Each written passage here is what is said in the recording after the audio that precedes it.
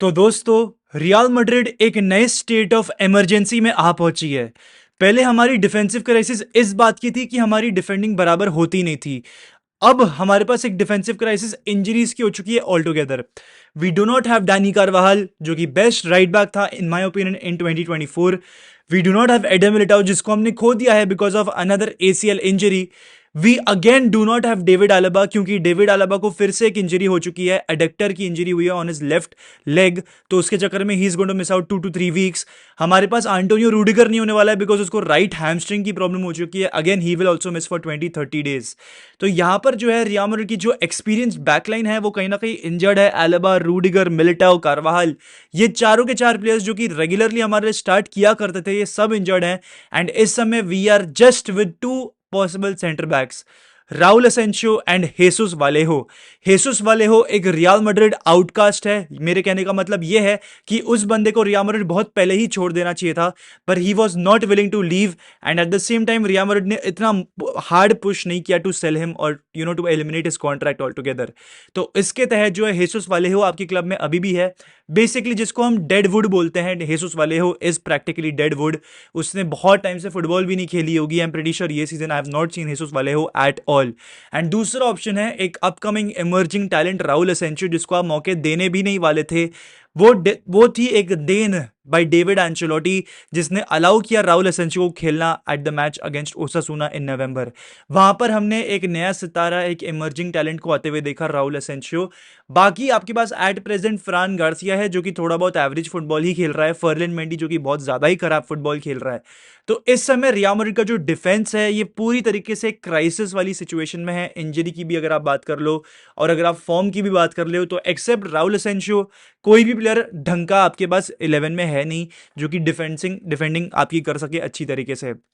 हम ऐसी सिचुएशन में आ पहुंचे हैं कि हमें हमारे दो टैलेंटेड मिडफील्डर्स जो कि कायदे से मिडफील्ड में होने चाहिए, हमें शायद से अब उन्हें लेफ्ट बैक और राइट बैक पे डिप्लॉय करना पड़ेगा। जी हां दोस्तों, मैं बात कर रहा हूं एडुआर्डो कामाविंगा और फेडेरिको वैल्वर्दे की। I will be very much convinced and sure कि लेगनेस के मैच के बाद जब हम एटलेटिको मैड्रिड को फेस करेंगे ऑन द 9th या फिर मैन सिटी को फेस करेंगे उसके 2-3 दिन बाद, फेदे वैल्वर्दे आपका राइट बैक होने वाला होगा उस मैच में, राउल असेंसियो एक सेंटर बैक होगा, आपका लेफ्ट सेंटर बैक चुआमेनी होगा और लेफ्ट बैक फर्लैंड मेंडी होगा। एंड इसमें से दोस्तों 2 प्लेयर तो ऐसे हैं जो कि फॉर्म में भी नहीं खेल रहे और 3 प्लेयर इन टोटल अगर मैं मान के चलूं ऐसे भी हो सकते हैं जो कि आपके मिडफील्डर होंगे जिनको डिफेंडर बनने में मजबूर किया जा रहा है। अब एक और ऑप्शन जो आ जाता है इस क्राइसिस में जो कि शायद से अपना लेवल हमको दिखा सकता है, जो कि एक और एंजल इन डिस्गाइज बन सकता है हमारे लिए, दैट इज हाकोबो रामोन। बट दोस्तों क्या तुम हाकोबो रामोन के बारे में कुछ भी जानते हो? मैं भी पर्सनली बोलूं तो मैंने 1-2 कस्टिया मैचेस देखे हैं उसके, ऑल टुगेदर नहीं देखे हैं। एंड मैं सोफा स्कोर पे गया था उसकी इंफॉर्मेशन निकालने के लिए, उसका हीट मैप निकालने के लिए, उसके स्टैट्स निकालने के लिए। एंड तुमको भी अगर मेरी तरह गेम को एनालाइज करना है या फिर एक प्लेयर को एनालाइज करना है तो तुम डाउनलोड कर सकते हो सोफा स्कोर को। The link is in the description. मेरे दिए गए लिंक पर अगर डाउनलोड करोगे तो भाई तुम्हें मजा ही आ जाएगा। भाई वो बहुत ही प्यारी ऐप है, तुम्हें फुटबॉल के बारे में बहुत कुछ सीखने को मिलेगा। तो डाउनलोड करो सोफा स्कोर को, the link is in the description. And coming back to my point, मैंने हाकोबो रामोन का एक तरीके से इन डेप्थ एनालिसिस किया, मैंने पढ़ा समझा कि वो प्लेयर कैसा है। तो he is that kind of a player जो कि थोड़ा चढ़ के खेलेगा। Basically he is that kind of a player जो कि शायद से राउल असेंसियो या फिर एंटोनियो रूडिगर के साथ क्लिक ना करे, but he is that kind of a player जो कि शायद से एडर मिलिटाओ या फिर David Alaba kind of a centre back के साथ लिंक कर जाए। बिकॉज हाकोबो रामोन को चढ़ के खेलने की आदत है, उसका हीट मैप वही इंडिकेट कर रहा है। एंड अगर मैं स्टैट्स की भी बात करूं तो इस बंदे ने 5 गेम में 4 ऐसे एरर्स कमिट किए हैं that have led to shot directly for Real Madrid कस्तिया।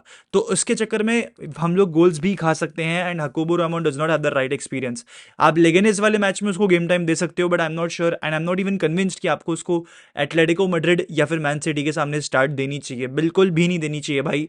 I would go on to stay कि भाई से कि this guy even goes on to be dribbled 2.2 dribbles पर 90। ये सारी स्टैट्स आपको सोफा स्कोर पे भी मिल जाएंगी, आप भी एनालिसिस कर पाओगे फॉर प्लेयर्स। एंड मैंने भी वैसे किया है। 2.2 ड्रिबल्स पर 90। बेसिकली दो प्लेयर इसको काट के चले जाते हैं या फिर एक प्लेयर दो ड्रिबल्स इसके सामने इजीली कमिट कर पाता है और कंप्लीट कर पाता है। तो ये बंदा जो है इस पे आप इतना रिलाई नहीं कर सकते मेरे हिसाब से पर्सनली। ये इतना टैलेंटेड नहीं है जितना मीडिया इसको पोर्ट्रे करने को जाती है।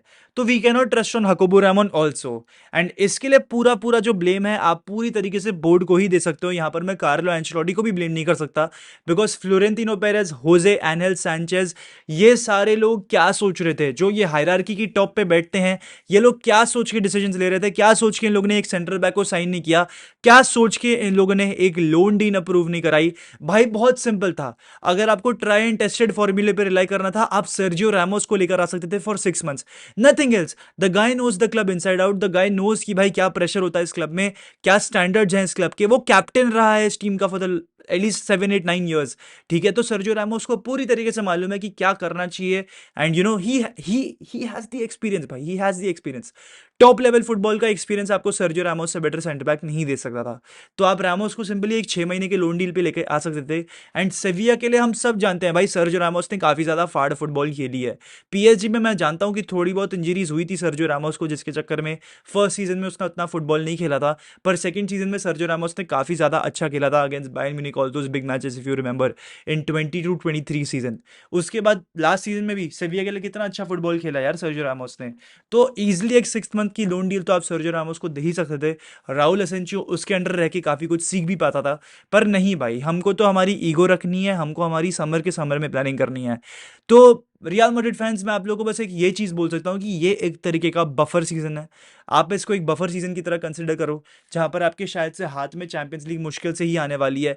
आई नो काफी सारे लोग कमेंट सेक्शन में ऑप्टिमिस्टिक होकर बोलेंगे कि यार वेदांत भाई, never say never, this is real Madrid, Carlo Ancelotti वो मैनेजर है जो कि कुछ भी करके दिखा सकता है। And I personally want that, but will that happen? It is very much unlikely. क्यों? क्योंकि आपकी डिफेंस एकदम शैम्बोलिक है।